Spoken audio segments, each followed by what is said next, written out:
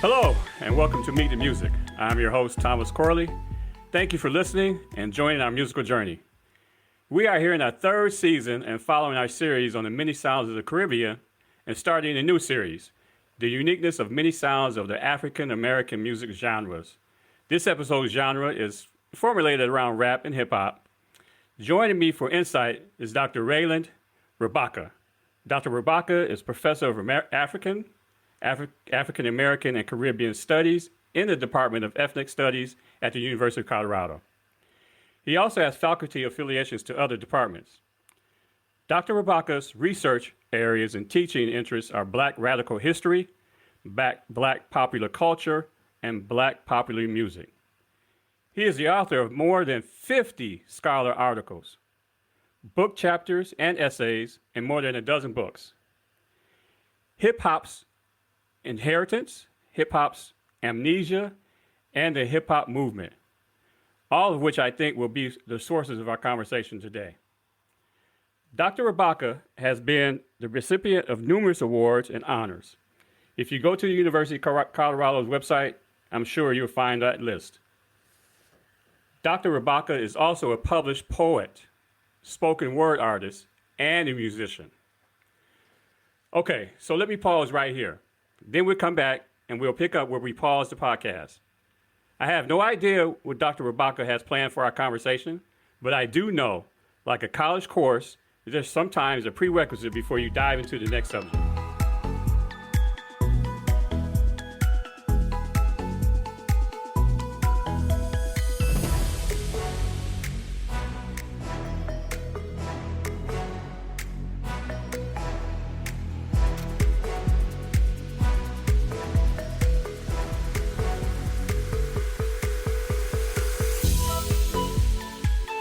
Okay, welcome back to Meet the Music. I want to thank Dr. Rabaka for hanging around while everyone was going down the rabbit hole on all the things published by him.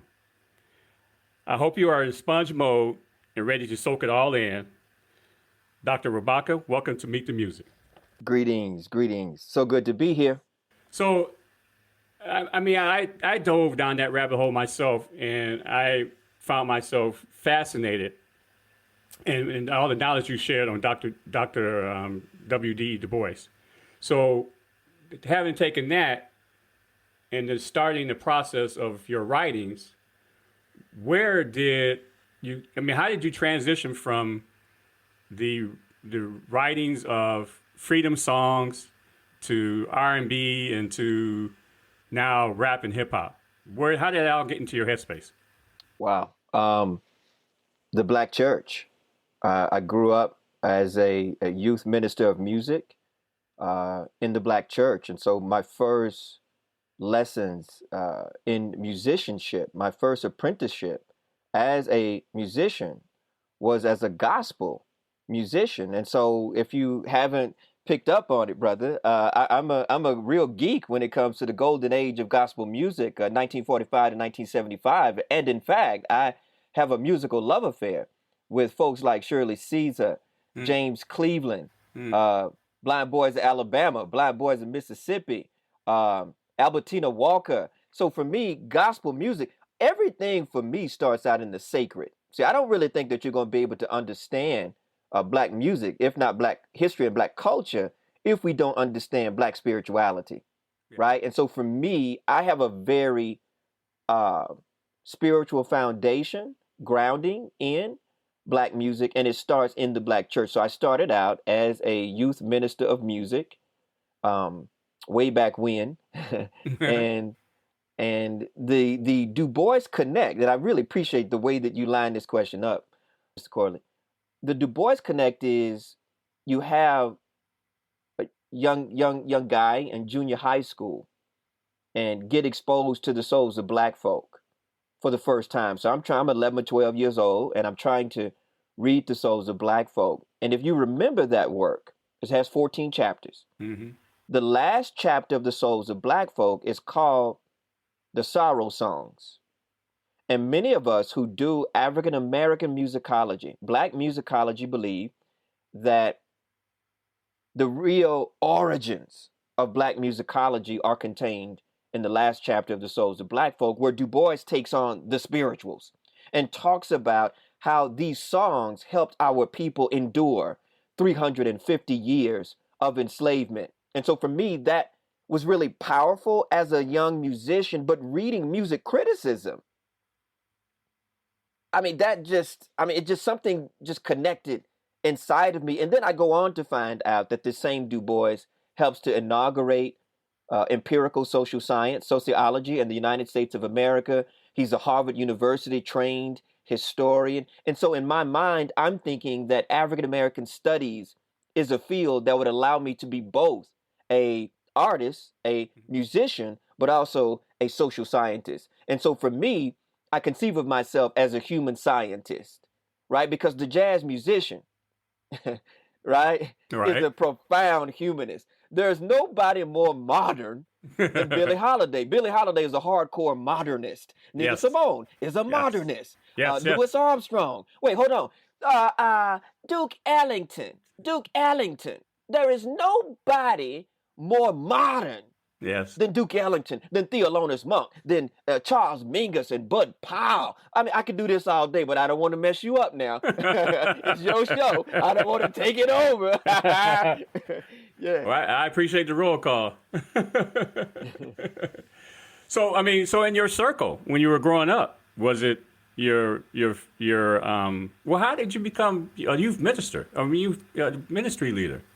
My mother is a womanist theologian. My mother is an ordained Baptist minister, and I grew up in the church, as so many. Let's talk about the connection of the Black church to Black music. I mean, whether you say Aretha Franklin, whether you say Ray Charles, whether you say James Brown, Sam Cooke, Gladys Knight. I could just do this all day. Stevie Wonder, obviously Marvin Gaye, who's Marvin Gaye? His father's a minister. It's a really profound thing to think about how Du Bois says in The Philadelphia Negro, that's the title of his book, in 1899, his 1899 classic, The Philadelphia Negro. He talks about the Black church being the real repository, the real seat to Black culture. Okay. And whether it's Black banking, whether it is Black education, whether it is Black psychology, there's so much that comes out. The church being central, if you will, to the Black experience in America. And so for me as a musician, this was something that was very profound. It had a profound impact on me. And it has shaped the course of my life, if I can be perfectly honest with you. So my mother allowed me to play, long as you keep up with gospel, then you could also play jazz. And so jazz was how I was able to help make rent in everything, if I could be honest with you. So my first $100 bill I ever received, I received it when I was 9 years old, and I played a jazz gig. And at that point, it was a real balance between sacred and secular Black music. But again, I'm a different kind of musician because I have a relationship to both. Right. And so I'm talking about the Saturday night gut bucket blues, and then the Sunday morning. Woo, Lord have mercy. Mahalia Jackson and Thomas Dorsey. And y'all better stop me now. I got happy. In here, we will turn it out. I'll turn it out. And, I just feel so good. So anyway, that connection between the sacred and the secular is very, very real to me. And I think it's also a model for how we should be engaging African-American history and culture. Yeah. So did you sit down at the piano first, or were you a drummer in the church? Drummer in the church? Yeah. Drummer, man. Really, really. That's something that also helped me to connect to continental African music, but also the music Afrobeat coming out. Oh, absolutely. Oh, man, Fela Kuti, right? Fela. Thomas Mapfumo. I'm just really into Angelique Kidjo, right? Youssou N'Dour. I could do this, Salif Keita, right? So I'm really, really into the wide range of music throughout the African world. And so can you imagine, here's a young drummer that is going to the library to check out these tapes of all these African polyrhythmic music, Hmm. uh, uh, checking out tapes of cassette tapes of music from the Caribbean and Afro-Brazilian and Afro-Peru and Puerto Now Rico and Cuba. you grew up in Texas though, right? I mean, is that where you I grew up at? Yes, yeah. I grew up in Texas, but at the same time, you got the Gulf of Mexico. Everybody's coming in and out of Texas. And remember, Texas has the third largest population in the United States of America. I hate to sound like a social scientist, but I can't help myself. You see? And then you got all of those incredible rhythms coming out of Latin America. Hmm. Texas is literally, it's the next door neighbor to Mexico. Sure, So, sure. all due respect, I grew up listening to Tejano, the music of the Southwest as well. So not only, listen, man, the state where I grew up is so big, Mhm. it is considered the end of the Deep South and the beginning of the Southwest. Mm. Yeah. So all of that music, it's like a musical gumbo. Obviously, New Orleans is the birthplace of jazz. So, again, New Orleans is only 6 or 7 hours away from Dallas. I got people Dallas, Houston, New Orleans. That triad really profoundly shaped my musical worldview. Mm. What I learned about that area, and the unfortunate, sad part of my life is being in Detroit. I obviously was in the bubble because Mm. one of the first shows that I did, well, the whole thing started with the fact that I found out about Zouk music. Ooh. And then I thought that was the end of the genre list. And Okay. then I come across Zydeco. Hey. And I'm like, where have I been in this world musically?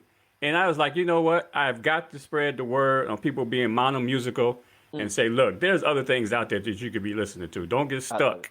Don't get stuck. Yeah, And I love so, that. so I learned about that whole South East Texas thing and how Zydeco was there, and how it stretched out to San Francisco Bay Area, the Zydeco community out there. And then I'm learning about the Latin influence, based Yeah. on the things I was doing my last couple of recordings. Mm. But yeah, I mean, you're right. The influence on that, on our music here in America and how we've cultivated it and created this thing that now we're going to talk about as far as rap and hip hop culture.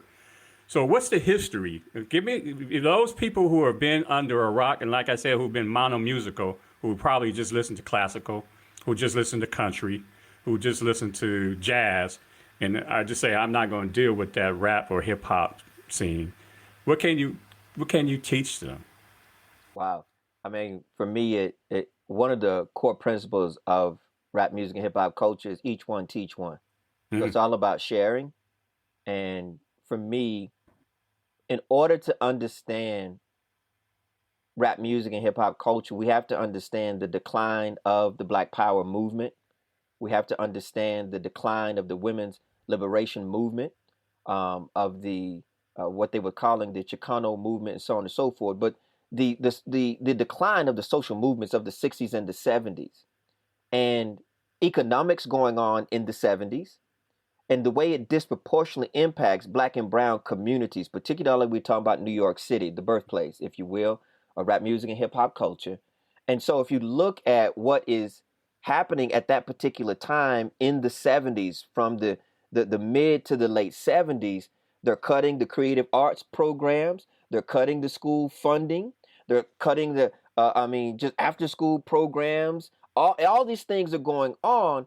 And just like African Americans have been doing since 1619, they adapted and developed their own unique ways to create community. Mm-hmm. And so the youth, instead of going to that after school arts program, you don't have it anymore because of economics. So you go out to the park and y'all create your own makeshift creative arts programs. And that's really the way that hip hop started, the origins of it. So there is there's politics and economics attached to the origins and the evolution of rap music and hip hop culture. Okay, so that's the first part, that this didn't just fall out of the sky, Yes. right? So Right. that's one. Two, the second part of all of this is that rap music is literally it's a recycled music form. It constantly recycles our grandparents and our parents' musics to create our own unique sound, our own unique, right, musical worldview. The way that we're sort of putting messages out in the world. So that whole notion of the remix is one of the major metaphors of rap music and hip hop culture. Now, the reality of the matter is, some of us have seen some of those photos of our grandparents in their heyday. Well, they was wearing short skirts, and sometimes in the pictures they was holding a little something to drink. I'm gonna leave that alone. Sometimes, they was talking about little, doing some. Right. Let's be honest now. Listen, Right. don't act like the hip hop generation created juke joints. We didn't create the juke joint. Juke is an African word. Go back to West Africa, right? It means to move your body in a jerky way. So the juke joint has been around, since the Emancipation Proclamation, January the 1st, 1863. Say it again, Doc. Say it again. You see what I'm saying? They're going to blame hip hop. They're going to blame it on one of my favorite artists. His name is Wyclef Jean. He's from Haiti.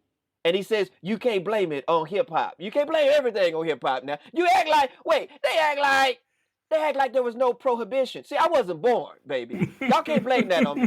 They act like it was no speakeasies during the Harlem Renaissance and the Chicago Renaissance. They act like Louis Armstrong and them and Bessie Smith and them wasn't drinking some of that old moonshine and smoking a little something the way back then. They need to stop that, man. That's not new. And then if we fast forward and go to the Beat generation, go to the hippies. Mm-hmm. See, I'm just saying, sex, drugs, and rock and roll predated rap music and hip hop culture. But everybody acting like the young people's remix of the sex, drugs, and rock and roll metaphor is something new, and it's really not. What if that is something that is bound up with youth, conceptions of youth identity in American culture, right? And I think there's a way in which people seem to have some disdain about youth like myself that come out of the projects who put their special spin on the sex, drugs, and rock and roll metaphor. Right. Come on now. Yeah. Come on. Yeah. Right. Wow. So having experienced all of that, how did you get? Where did the spark come from to do the writing? My older brother. I remember being on a basketball court with my older brother. On the blacktop basketball court, and he had the boom box. And we heard this sound, 1979, coming out of that boom box. And it was the track Rapper's Delight by the Sugar Hill Gang. And I remember, it's like the basketball just bounced off the court. Everybody stopped. It was something, we heard something really different, unique. It sounded like it spoke to us in a really special way. And again, at this time, Mr. Corley, nobody was calling women the B word. Nobody was calling women the H word. Nobody was even saying the N word at this time. When rap starts, you don't have swear words in it. You don't have people being this musical misogyny that goes on. So somehow that gets smuggled in the more rap music becomes commercialized and, links up with corporate America. But on its own, in its own unadulterated form, the way it starts, it doesn't have all that stuff in it, if I can be perfectly honest with you. Go back and really listen to The Message by Grandmaster Flash and Furious 5. If you go back and listen to early Run DMC, if you go back and listen to The Sequence, one of the major female groups on Sugar Hill Records at that time that I really, really like, to be perfectly honest with you. You're not going to have them cussing women out and saying the N-word every 30 seconds. Like, we need to be clear about the origins and the evolution of this music and how corporate America has a tendency to corrupt. I'm sorry, because you want to sell more and more. So you're really into the sensational. Yeah. Right? You're really into things that are, they say if it bleeds, it leads. And sex sells. Yeah. Don't blame hip hoppers. We didn't invent those slogans. We did not invent those slogans, right? And for me, it's really important to understand the origins and the evolution. And my work, I've written a trilogy, as you know. It's called the Hip Hop Movement Trilogy. First book is called Hip Hop's Inheritance. Second book, Hip Hop's Amnesia. The third book, The Hip Hop Movement. And with that trilogy, I actually lay out that there are more than 50 forms of rap music. 50 forms of rap music. And Wow. most people, Mr. Corley, they only know two forms. They know commercial rap and gangster rap, or what we call radio rap. So they know the rap music that they play on the radio, and they've heard a little something about, gangster rap. Those are the only two forms of rap music most of our grandparents and parents and people that are not hip hop aficionados, those are the only forms that people know about. But the fact that we got a lot of femcs, that means female MCs or MCs with feminist politics, or they embrace some forms, if you will, of hood feminism, black feminism, so on and so forth. They don't know nothing about them. They don't know that we got Christian rap. Yeah. They don't know we got Muslim rap. Right. We got Jewish rap, Buddhist rap. We got rap in Hawaii. We got rap all throughout Latin America and the Caribbean. Wait, hold on, man. African rap. Rap on the African continent is explosive. We Yes, got it rap is. out through. Come on. Yes, I mean, so yes. I just think that, listen, that's like somebody running up on a rock music fan talking about they don't like rock because they don't like the Bee Gees. Well, see, the Bee Gees don't have a monopoly on rock music, now do they? Wait, Mr. Corley, that's like somebody running up to me, a jazz musician, talking about they don't like jazz because they don't like Kenny G. Well, Kenny G don't have a monopoly on. Some people would even ask, is that, I must stop, I'm not going to get you in trouble on here. You see, so I'm saying there's a problem with privileging one artist or one genre over the full range and reach. If you start talking about jazz music, people start talking about big band, Dixieland, bebop, hard bop, post bop, free jazz, avant-garde jazz, electric jazz. I could do this all day long. The list goes on and on. Why is it that when they come to rap music, they act like there's just one form of rap, instead of understanding that there's a whole creative and complex world whenever we start talking about hip-hop culture? Yeah. I mean, there is, my listeners are going to get tired of me dropping this name all the time, but there's a website, everynoise.com, and it's kind of sponsored by Spotify. Mm-hmm. And there are 5,112 different genres and subgenres of music.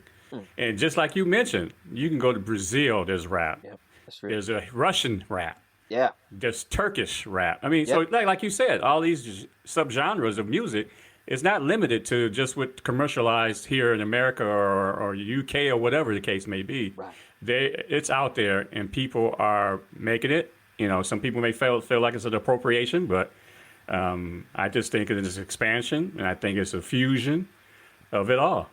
Can I speak on that? Just a little tag. Sure.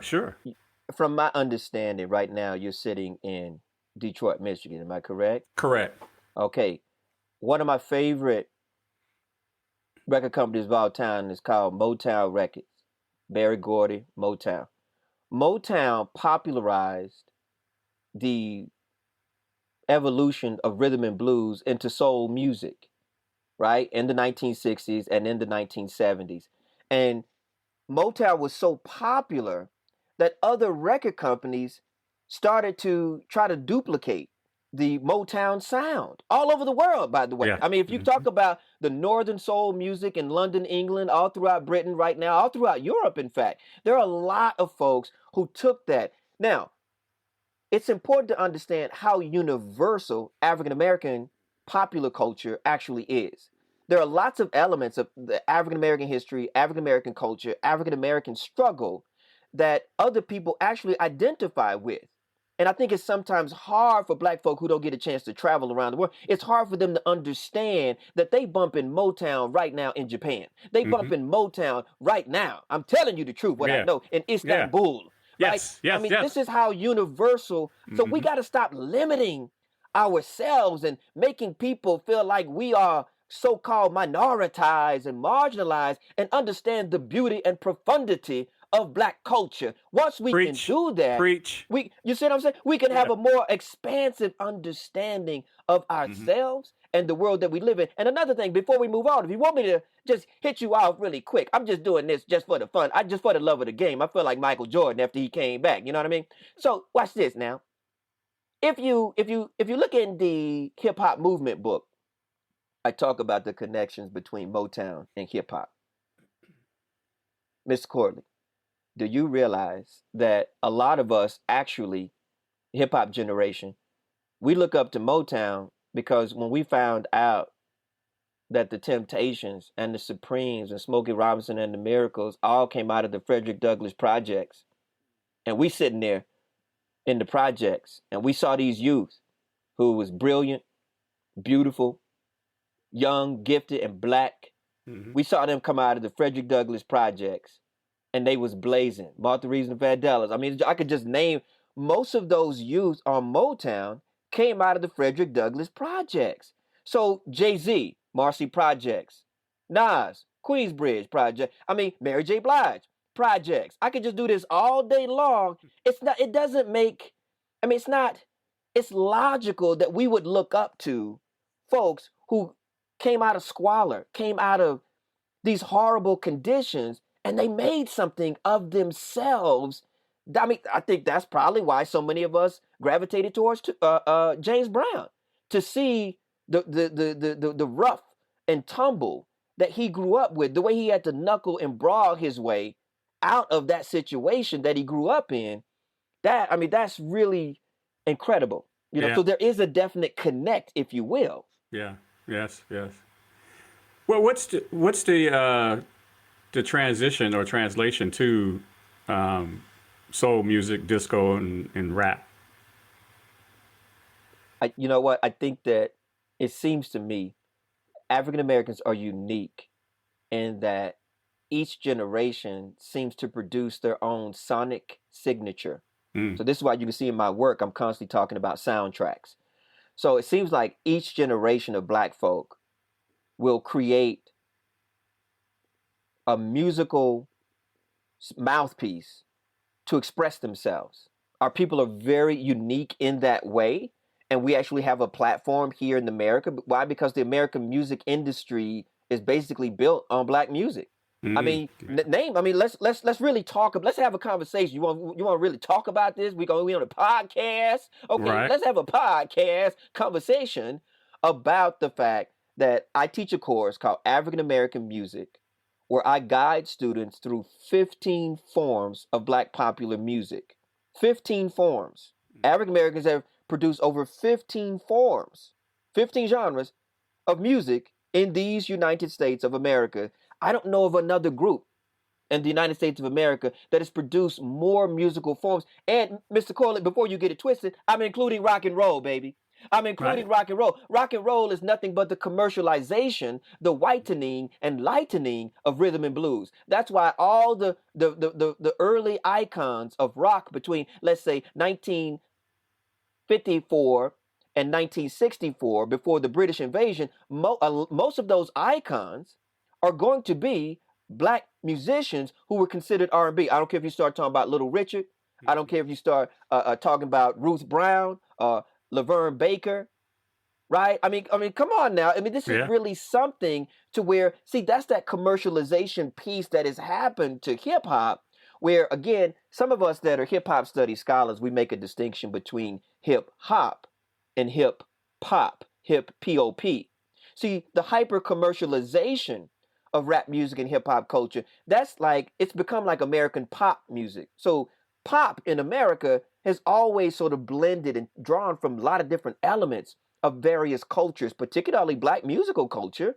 But it's really interesting to sort of think about that there is some almost like MOR style rap music out there. It's just kind of really light and just almost background music. But the more thoughtful, the more, you know, that's the kind of music I'm rap music. I'm into political rap. I'm into conscious rap. I'm into message rap. What about the message? So what? So you want to go and talk about, you know, somebody have a big booty and all that kind of stuff? Well, you know, that's how many cars I got in the garage. You see what I'm saying? How much money I have in the bank and all that kind of stuff. Okay, you know what? Great. But what thoughtful things do you have to say about what's going on in Black America? That's what I'm listening for. Yeah. And it's not out there like it used to be. I mean, you know, the thing of the when you speak on the commercialization of music, in particular when it comes to African Americans, you know, that 1920 scenario where we had the race records. Yeah. Okay. You know, and then we get to the point now today where we're just exporting everything from America when it comes to our music, and it's being populated in different demographics around the world, and it's just this is fascinating to me. Yeah. So what do you think when we talked about Japan and we talked about Africa and the rap community? Do you see people in Africa taking the torch, expressing themselves politically through that genre of music? Absolutely. And this is what a section of my one of the largest classes I teach out here with sometimes 300 students is called Introduction to Hip Hop Studies. No This is a doubt. real I'm sure if you had the opportunity, you could have a larger venue probably well, for that subject. it's been a beautiful experience teaching hip hop, and I would tell you that we do a whole month just on global hip hop studies, so international hip hop studies. So I ground my students in the national scene. Hmm. Even more than that, if I can really sound like a professor for 5 minutes, we start with the local. So local hip hop. So what's happening in Denver, Colorado, and Boulder, Colorado? What does the hip hop scene look like right here on the ground, in the hood, in the local neighborhoods? Then we go regional, and then we go national, and then we go international. When we go international, it is really interesting. I can't tell you some of these young folk that come out of the barrio, that come out of the ghetto, that come out of the, let me say, the trailer parks even, for them to see the way youth in Africa, youth in Brazil, youth in Peru, youth in Colombia, right, all throughout the Caribbean, the way that they're taking, right, this hip hop aesthetic, taking this criteria for rap music and hip hop culture, and they are remixing it and making it speak to their own local environments. Wow, that is really fascinating. And we consider it within hip hop culture, it's a shout out.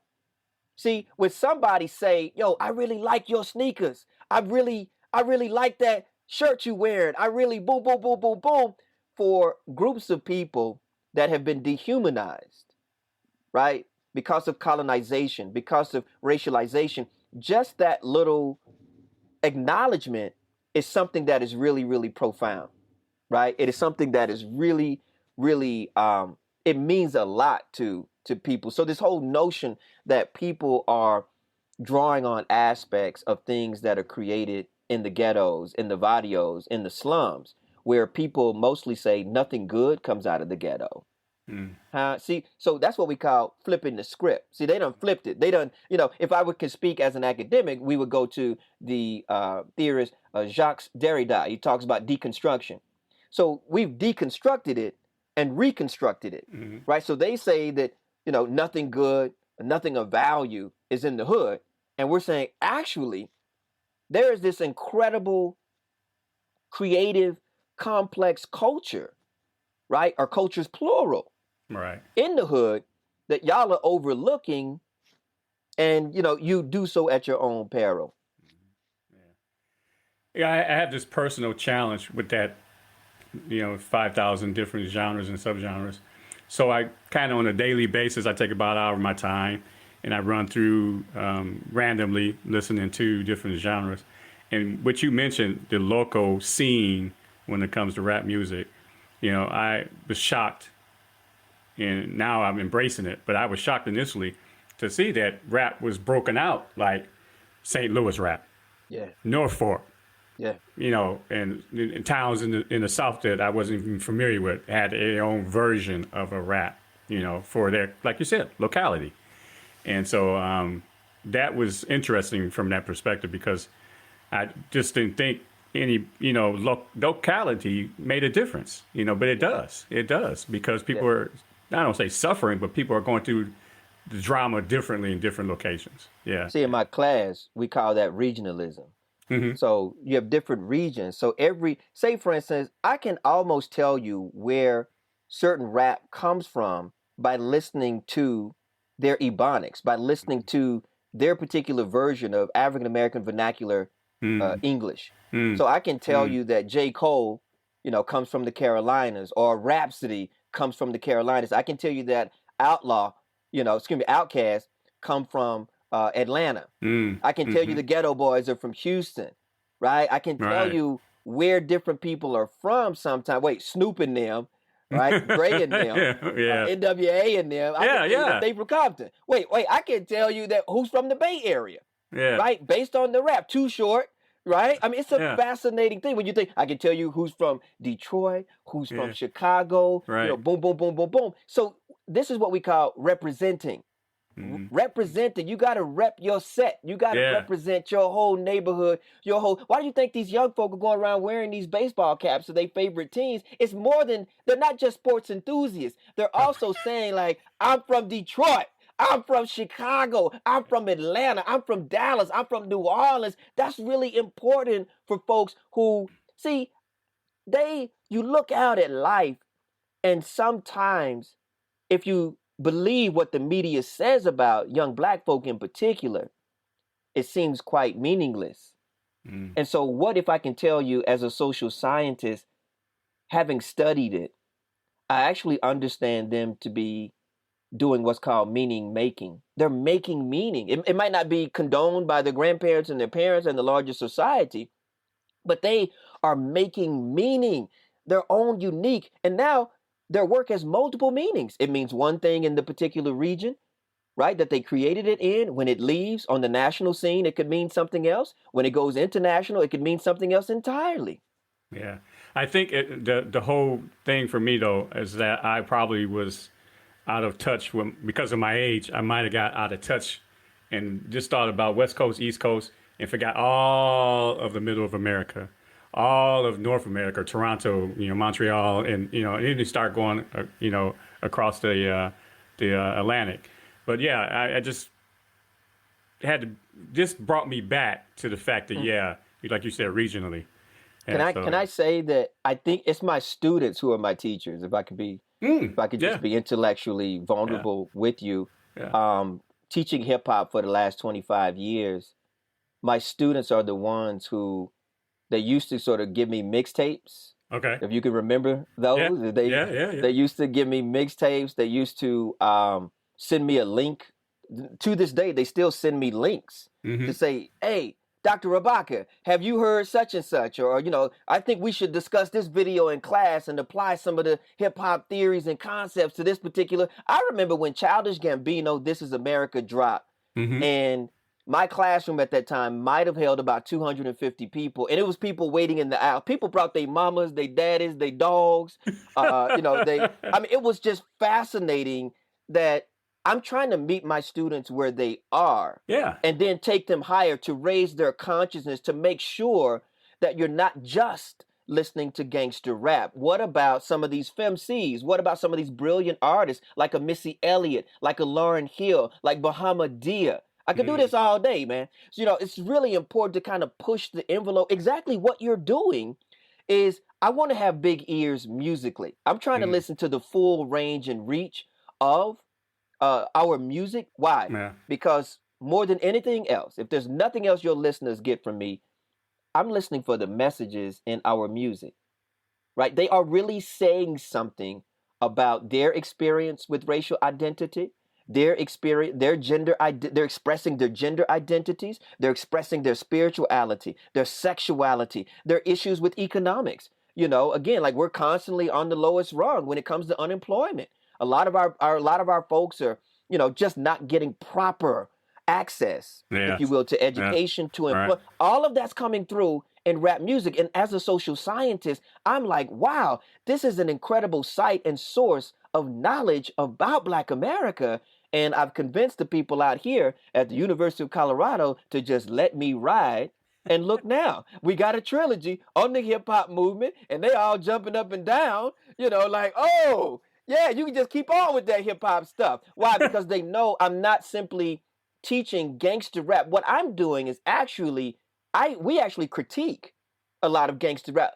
Listen, man, something happens different when these young men are sitting in the classroom with all of these women, and then if you show them that video and they see all the sisters throw up their hands and say, well, actually, I don't like it because he keeps calling women bitchs, and they keep saying this and that and the other, and look at how they objectifying women, they hypersexualizing women, right? And so something different happens when you can literally use a rap song as a bridge to create a certain kind of dialogue that may otherwise not happen. I think that's what some people are missing with the pedagogical implications. That means how I'm literally using rap as a teaching tool to teach people things about our history, our struggle, our culture.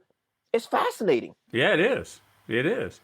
Well, you mentioned something that, and we didn't really kind of have a framework for this, but do you mind speaking on Black Lives Matter? Absolutely. Absolutely. Let me say this. I do not know if somebody would really be able to understand Beyonce's Lemonade album if you do not understand what was happening in Black America at that particular time. So if you don't understand that the most electrifying movement taking place in modern 21st century Black America is called the Black Lives Matter movement, you're not going to be able to understand J. Cole's last 2 or 3 albums. You're not going to be able to understand Kendrick Lamar's album, To Pimp a Butterfly, right? This is a Pulitzer Prize winning rapper, by the way. You're not going to understand. I'm sorry, you're not going to understand Jay-Z's 444. So there's a lot, like there are soundtracks, and I'm teaching this right now. There are soundtracks to our new movement. There are more messages about Black lives mattering and not mattering in the music. Maybe not all of it that they play on the radio, because again, they want to keep you acting like all the thing that we're doing in Black America is smoking weed, drinking 40s, having a lot of sex. There's so much more going on. Listen, I'm surrounded. I'm in a profession where I'm going to probably spend the rest of my working life surrounded by 18 to 25-year-olds. So the fact that they have some preoccupation with, drinking, smoking, and that's not new. Hey, I'm trying to say, what else are you interested in? And you would be amazed that right now, as you know, I've just finished up teaching my Black Lives Matter movement class. I've been teaching this class for the last 4 years, and we always have a wait list. They want to know, and they think that that's incredible, that here you're at an institution that allows the professor to teach a course on the movement that is taking place in real time, in the real world, and having a real impact on the community. So there are so many songs, there are so many albums that came out, let's say, between 2013 to today, that you're simply not going to understand the multiple meanings of this music unless you understand the core principles of the Black Lives Matter movement. If you don't understand what's going on, why that is such a preoccupation for young folk, why even that slogan, Black Lives Matter, means so much, right? And how literally they are remixing the Harlem Renaissance, the Civil Rights Movement, the Black Power Movement, the Black Arts Movement, the Women's Liberation Movement, the Feminist Art Movement, right? Stonewall, what they call the Gay and Lesbian Liberation Movement. Yes, I'm sorry, I got to put it out there. Right. We understand.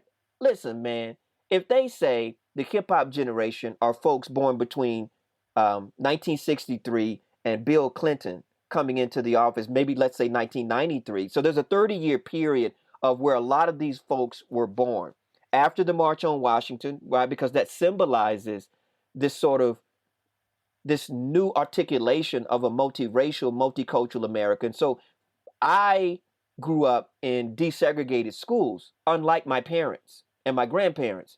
So what if we are the first generation, these so-called hip hoppers, the first generation to grow up in a desegregated and awkwardly integrated United States of America? That too is very much a part of what it means to be a hip hopper and hip hopper's identity. I would also say hip hopper's relationship to technology, particularly digital technology, the way that we make music, the way that we share music, the way that we distribute music, right? Music production, everything has changed from analog to digital. Right. Like there are so many core principles of hip hopper's identity. And we need to you have to understand some things about rap music and hip hop culture really to understand BLM and vice versa. To understand BLM, You have to, so it goes both ways, that there's this kind of synergy going on. And yes, there are literally right now in my Black Lives Matter movement class, I have at the beginning of every class, I play a song, a BLM theme song. And my students, when I played them that brand new India Irie album, or I played them, I played them that new J. Cole, right? I played them that Kendrick Lamar. I played them some tracks from Beyonce, right? I played them Chance the Rapper, right? If you really think about it, this music is a mouthpiece for the aspirations and the frustrations of Black America right now. Yeah, it is. Yeah, it is. Wow. I mean, having discovered you on the internet, why? How are you not like Brother West? How come you not? How come you not a Hey, man. household word? Hey, brother. Hey, I appreciate you so much. I appreciate your vote of confidence.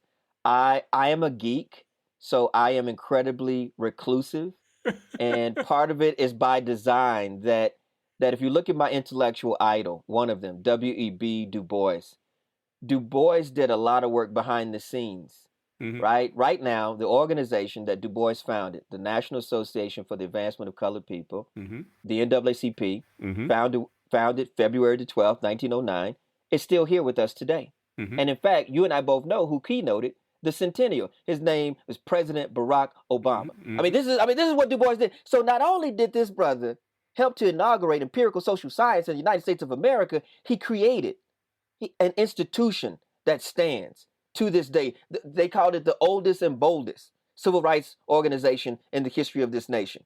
All right. This is fascinating because all I'm saying is that I respect people that are in the limelight and they're out there doing all of this. I really, really do. But I also think that, like Ella Baker of the civil rights movement, we're going to need some behind the scenes soldiers, people that can handle some business. And there's not a lot of people, certainly not a lot of Black folk in Boulder, Colorado. So nobody's patting me on the back and say, good job, Rabaka. No, brother, I have to come and talk to you in Detroit, and we have to link up here. And so that's another way where I think that Black culture is shifting. So within African American studies, within my discipline, there's what's called Black digital studies. And right now, what you and I are doing, we are making a connection via using digital technology, using technology that I find fascinating as a social scientist, to be perfectly honest with you. But I shout out all the people that are out there doing their thing. And I'm glad I'm in my lane. You can clearly see I'm opening up a bit more now. This is one of the underbellies, one of the real quirks of COVID-19 is that I'm actually doing more interviews now because I can do it for the comfort of my home library. You see what I'm saying? I mean, I ain't got to leave my 7,500 books. I don't have to leave Boulder to sort of reach out there and touch folks and to address. So I am much more open right now, if I can be perfectly honest with you. And my next book, if I can just, you might be interested in some of your audience. My next book, man, is called Black Power Music, and I'm looking at the soundtracks of the Black Power movement. So it's a sequel to my civil rights music book, and I'm very preoccupied with the soundtracks of Black protest movements. I think that African Americans protest in a very unique way. If you study social movements, even within the larger world of social movement studies, the fact that we consistently place movement messages within our music, the fact that we have special movement music, you talked about the freedom songs earlier, right? I mean, isn't this fascinating that our protest has soundtracks? Now, let's think about our ancestors out there in those fields. Did they not have, was the spirituals, work songs, field hollers, were they not part of, that larger abolitionist movement? Were they not tools that we use to reaffirm our humanity, even though our ancestors were in dehumanizing situations? They created songs, they created music to help to rehumanize themselves, to remind each other that you are human. I don't care what the world says. I'm telling you what we say to each other. Wait, when I listen to Curtis Mayfield sing Beautiful Brother of Mine, when I listen to Curtis Mayfield sing We People Who Are Darker Than Blue, I mean, something happens to me when I listen to Marvin Gaye's What's Going On. Wow. Yes. Wait, Martha Reeves and the Vandella dancing in the street, anybody? Dancing in the street. What was going on in 1965, 64, 65 when that came out? Wait, Junior Walker and the All-Stars, Shotgun. And one of the reasons we believe that that was a real hit, Malcolm X had just been assassinated with a shotgun in 1965 when that record was a hit in Motown. Y'all don't hear me though. See, y'all can't hear me. Shotgun. Wow. Shooting for a run now. Yeah. Right? So I don't know. I know Barry Gordy does not agree with this, but you have to understand the black social imagination is such that we made connections that sometimes Motown didn't even know how the community might receive a certain song. Dr. Rabaka, thank you for sharing that last note. That was mic drop right there. My goodness. It's in the new book called Black Power Music. It's in the forthcoming book next year called Black Power Music, baby. Wow. I feel good, man. Yeah, I appreciate that. I appreciate that. Thank you. So, all right, let me hit you up. Did you have an opportunity to come up with your list? Oh man, listen, I don't want to be here all day long. Let me just run through a couple of them. I just want to run through some of them. Obviously, I have more than five. I know. So just hit me. I think anybody really starting with this rap music, if you were a novice, and I do this with jazz all the time. I can't tell you. I'm out here in Boulder, Colorado. I'm at a university that has 32,000 students and not even 500 black students. I don't know if you can hear me. I'm gonna rewind and come again. 32,000 students, right? And they don't even have 500 black students. Wow. So this is why to do so-called black studies on a predominantly white campus, you have to constantly introduce people to our culture. And you have to know that there are actually some people who want to know more about black culture. You see what I'm saying? They really want to know more about it. If only we would sort of not be antagonistic and say, you know what? I'm fixing to hip you to the game. I'm finna put you on, as we say in rap music and hip hop culture. So for me personally, I think that we need to start with Rapper's Delight, right? No matter, again, 1979. This is what you can clearly see the way that rap was taking modified funk and disco beats, and they were rapping over it. Rapper's Delight, Africa Bambaataa, and the Soul Sonic Force, Planet Rock, obviously. Wait, Grandmaster Flash and the Furious Five, The Message. So starts a whole genre of rap music called message rap, political rap, conscious rap, right? This is really important. So all those people that are only listening to the radio, listen, when I was a kid, there was a time when the radio actually played both political rap music and gangster rap music. So they would play both Public Enemy and NWA on the radio. Right now, it's mostly just radio rap, like this hyper commercialized, corporate colonized form of rap music that a lot of us find very problematic. But I want to go on. So anyway, Public Enemy, Rebel Without a Pause, Public Enemy, Fight the Power, NWA, F the Police. I'm sorry, I don't want to make y'all mad, but if y'all can't understand how BLM, right, is really inherited some of that energy when you see what they're doing, I will bring up George Floyd, right? I'll bring up Breonna Taylor, Trayvon Martin, right? I mean, come on now. Yeah. So NWA, straight out of Compton, because again, regionalism. They repping Compton. They letting you know that it's not just New York. Right. Hi. You see what I'm saying? This is really important. Ice Cube, It Was a Good Day. Woo, Ice Cube. Come on now. Y'all better watch out. Diggable Planets. I can just shout out. They don't have but 2 albums, so you can just go and just listen to both the albums. Okay? Wait, De La Soul, Me, Myself, and I. Taking it straight from Funkadelic. George Clinton, Parliament Yeah. Funkadelic all day long. All day Tribe long. Called Quest. Tribe Called Quest. Can I kick it? Woohoo! Yes, you can. Can I kick it? Wait, Tribe Called Quest scenario. Uh-oh. Uh-oh. Wait, Outkast, Rosa Parks, Outkast. All right. Check this out. Tupac Shakur, Dear Mama. Tupac Shakur, the whole Machiavelli album. Tupac Shakur, y'all. Kendrick Lamar, J. Cole. J. Cole, I would just say, man, this man's whole set. I love J. Cole. Kanye West, I'm talking about before he went off the deep end. Kanye West, you know, y'all need to pray for that brother. Stop talking about that brother. You know what I mean?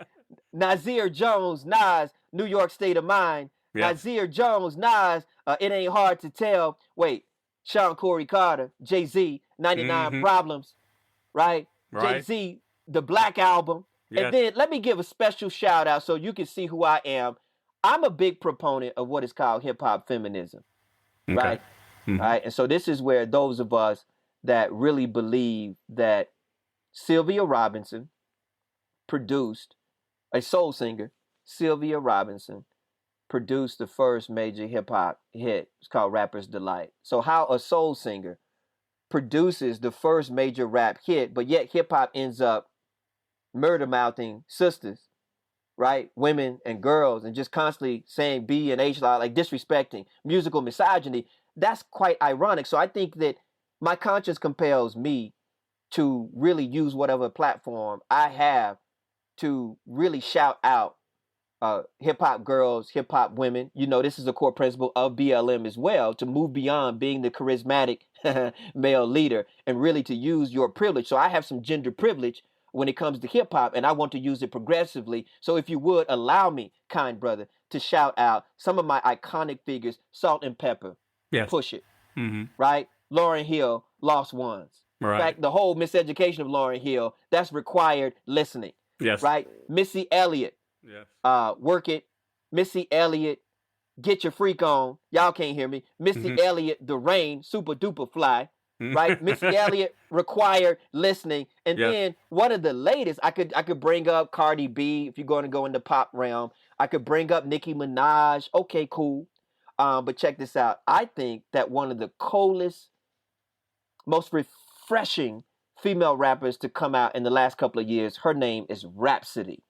Right? Rhapsody is killing the game. Her new album, Eve, Layla's Wisdom, the idea of the beautiful. I mean, Rhapsody is so next level with it, required listening. So I think that some of your listeners who might only think of male-dominated, testosterone-heavy rap music, I think that they should go and peep artists like the Lauryn Hill, Eve, Missy Elliott, Salt and Pepper, the Sequence, but certainly the latest in that long line of them would be Rhapsody. Rhapsody has some really, really thoughtful things to say about young women's experience right here, right now, with respect to rap music and hip hop culture.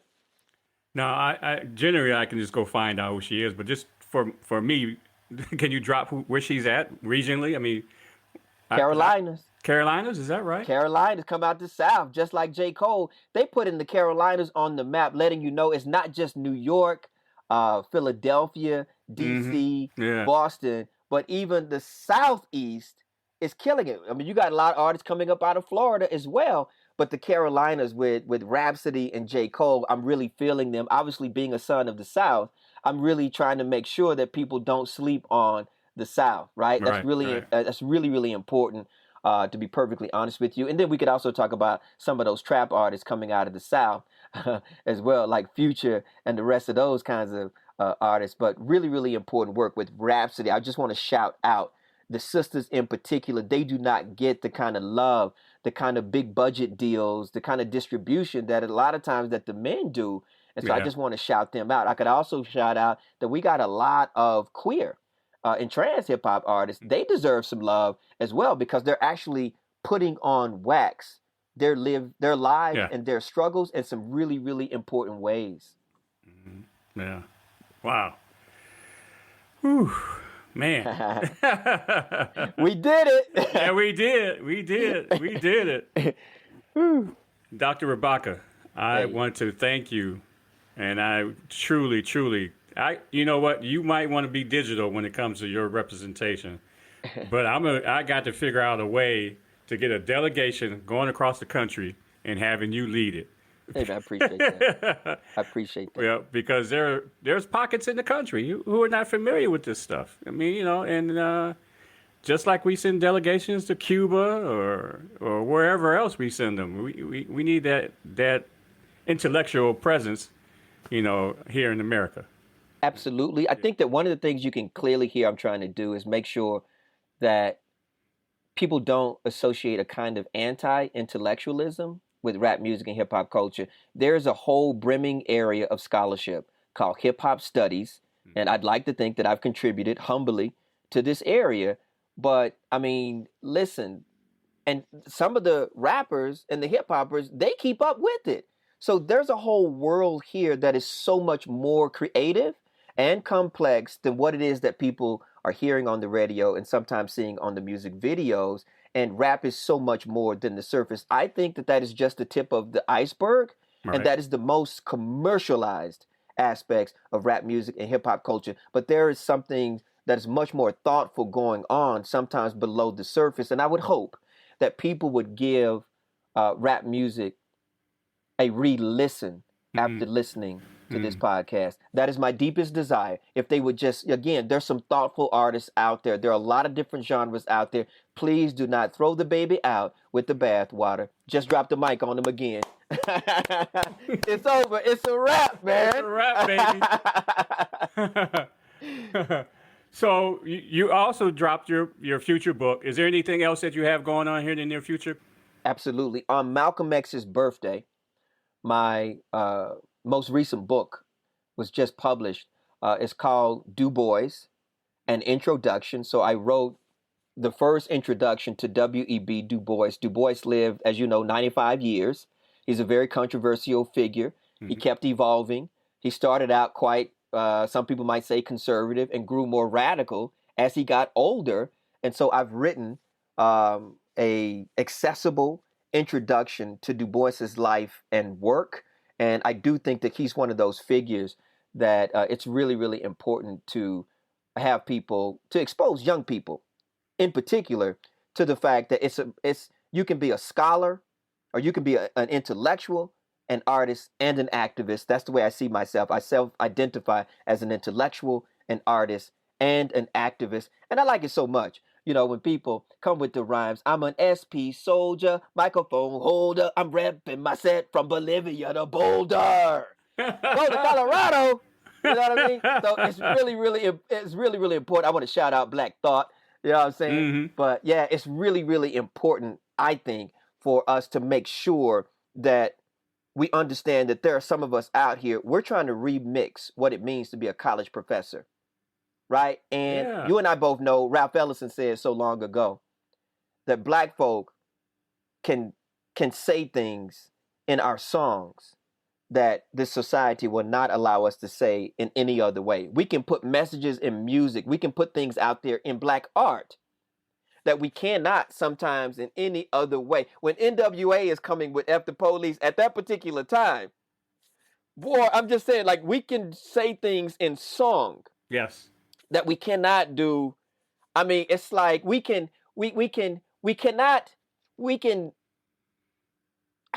it allows us to explicitly say in song what we cannot even implicitly say otherwise. I mean, that's a profound, and so that's why what you're doing with this podcast, I think, is so incredibly important, because you have tapped into the fact, though, that, wow, this music is one of the calling cards of Black America. Black popular music is one of the great signatures, one of the great calling cards of it. And I just hope, you know, that we also are tapping into the sacred, Black sacred song just as much as we are Black secular songs. So anyway, man, hey, I appreciate your work. I appreciate what you're doing. This has been a huge inspiration. Please let me have it, because I'm going to put it out there to the whole network.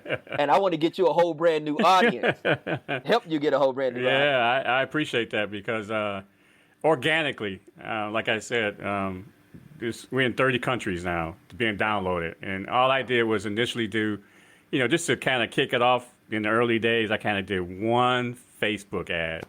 And it has grown from that, and I'm hoping this will be people's new favorite episode. Right now, everyone seems to love the Zydeco one. Yeah. But I'm hoping this is a favorite one, real quick. So, are you on social media? I am not. I'm a geek, and Oh, wow. my publisher is so upset about it. I read, man, 2 to 3 books a week. I'm somebody who really trying to develop greater self-discipline, and I have found sometimes that social media distracts me from my mission, Okay. and I'm really trying to raise consciousness amongst the next generation. If I can share with you, and you can leave this off of the recording should you like. Hey man, did you hear last week the University of Colorado at Boulder announced the brand new Center for African and African American Studies? I have been out here in the trenches fighting for this for 16 years, and we have a center for African and African American studies out here. I appreciate that, brother. And we're going to have a concert series where we feature Black music so people can come to this center in Boulder, Colorado, by the way, that has like Yeah. 0.000% Black folk. So they're going to come out of Denver and other areas, though, to come to these concerts. We're going to have a performing arts series, obviously a distinguished lecture series. Watch out now. But so this is something that I feel, man, really strongly about. So I am going to start July 1, the founding director of the Center for African and African American Studies. It is colloquially called The Cause. So the CAAS. So The Cause, CAAS. The students call it, the hip hop students call it, oh, that's the cause. I'm committed to the cause. Y'all need to support the cause, right? And so it's really, really important, man. Like this is the next major project that I'm going to be going into starting in July, a 16-year struggle. This university has been here since 1876, and we've been waiting on a space like this. We've been fighting and struggling for a space like this. So I hope this is the culmination of more than a century of struggle to build Black community on the University of Colorado at Boulder campus. Wow. Well, if you don't mind, I'll leave that in. I will send you the link to it. Can I send you? You shout this out. I will send you the announcement, man. But this has been a real struggle. So here's me trying to embody some of the energy and build on the legacy of my great intellectual ancestor, W.E.B. Du Bois, who really encouraged us to don't just be for yourself. See, the motto of the Black Women's Club movement is lifting as we climb. So if I get up, I want you to get up. If I get up, I want all those people I left back in the hood, all those people I left back in the projects. Reach back. See what I'm saying? Thank you. And carry them forward. We say each one teach one, right? So it's really important to pay it forward. And like I was trying, you heard me trying to shout out those Project Youth, Motown Records, who really inspired like a whole, I don't even know if they realize how much they inspired. When we found out that they came from the projects, we thought like nothing is impossible. Like we can do anything. To see the Supremes, Diana Ross came out the projects, The Temptation up out the projects. Man, I mean, so I think that different things resonate with Black folk, and we need to sort of understand that, like putting somebody, like when I go out to these high schools and I talk to these young folks and they find out I'm the first person in my family to ever go to a college or a university. You know what I'm saying? Like for me, I'm trying to be like Michael Jordan. I'm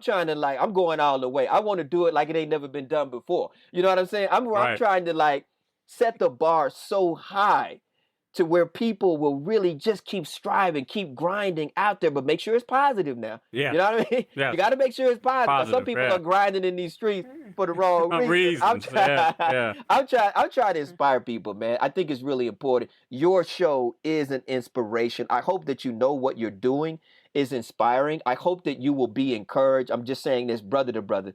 I hope that you will be encouraged in what you're doing and understand that you too are an intellectual. You're an organic intellectual. You are a community musicologist. So I don't care if you can't read, you don't know a G flat from a B flat. That don't really matter to somebody like me. Why? Because we need We need fanatics. We need aficionados. We need supporters, just like everybody else. And I'm talking about those of us that are not in the limelight. Those of us who have not been commercialized. We need encouragement. We need support to keep on going. And that's why you can see I'm really big into the hip hop underground. I really love. I listen more to hip hop mixtapes than I do to the radio. So I'm actually up on experimental hip hop music. Mm-hmm. I like the mixtapes. I like the hip hop underground. I like alternative rap music. Yeah, so again, you're not going to hear them say the N word. You're not going to hear them say the B word and all of that. I like alternative rap. Why? Because I believe that we should have a much more expansive vision for who it is that we are, who it is that we can be, and everything. I draw a great deal of sustenance from Harriet Tubman, from Frederick Douglass. They made a way out of no way. If we don't start with them, if we ain't talking about them, we ain't talking about nothing. Yes. As far as I'm concerned. Yes. You know what I mean? My brother, I appreciate it. Thank you so much. Absolutely. I would love to come back. We can set it up, man, but I would love to come back and talk about some of these other genres of music, okay? Okay. Well, have a good one. Thank you for your time. All right. Peace out. Okay. Dr. Reiland Rabaka. Let me say it again. Dr. Reiland Rabaka. I have not spoken with anyone on the mic or off the mic, for that matter, in recent history, who is so profound in the African American culture. Yeah, I know I'm always running into someone who wants to pontificate about African American history, life, and music, but no one has laid it out like Dr. Rabaka. I want to thank Dr. Reiland Rabaka for sharing the history of rap, the enlightenment on female MCs, and his passion for the genre. I hope you enjoyed the episode. I'm definitely going to make my way over to Bandcamp and purchase some Rhapsody. Let's not get it confused with RHAPSODY. That's RAPSODY. Please be sure to check out Dr. Rabaka's hip hop book trilogy, Hip Hop's Inheritance, Hip Hop's Amnesia, and the Hip Hop Movement. We will have a link in our description below. Oh yeah, if you are a student on the campus of the University of Colorado Boulder, or even a resident of the metropolitan area of Boulder, you need to sign up for one of those courses Dr. Rabaka mentioned. And as always, please share this episode and your favorite episode with someone who wants to expand their playlist. They can listen directly from our website, meetthemusic.buzzsprout.com, or wherever they get their podcasts. If this was your first episode, be sure to listen to our most downloaded episode on Zydeco with Michael Tesran. But let's make Dr. Reiland Rabaka's episode the new #1 download episode. Thank you so much for joining us on our musical journey. Remember, if it's Monday, it's Meet the Music.